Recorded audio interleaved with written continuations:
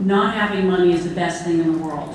I know that's counterintuitive, but it's a forcing function to drive really tough decisions. So we decided what was the biggest bang for the buck we could get in terms of driving awareness, and there were two: paid search and PR.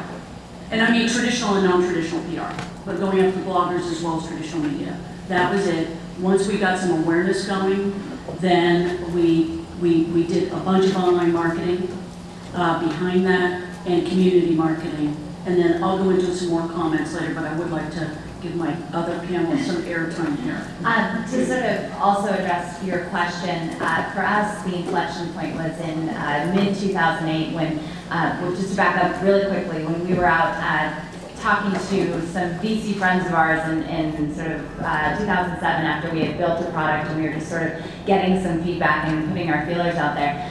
The biggest question was, what's your distribution model? How do you acquire customers? How do those customers acquire attendees?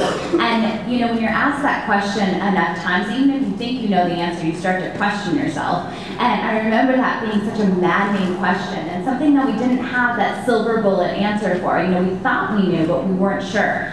In mid-2008, we saw something really interesting happen. We saw Facebook become one of our main traffic sources, basically creeping up in the top 10 traffic sources to the site. And so when we went to go investigate what was going on, we found that people were publishing content on Eventbrite, so publishing their event, and then taking that content and manually republishing that on Facebook so they could publish that in their newsfeed and reach their social graph.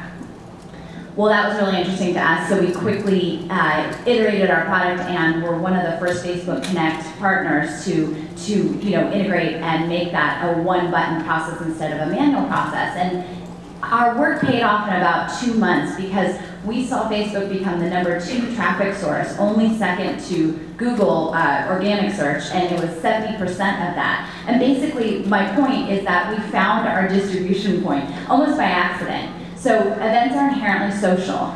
You want to share events with either your social graph or your professional contacts. And so we found that distributing our events across those platforms that's when our business completely took off. I mean, it's incredible to graph that and see our volume and revenue graph to sort of that inflection point where we saw events being shared across that type of a platform.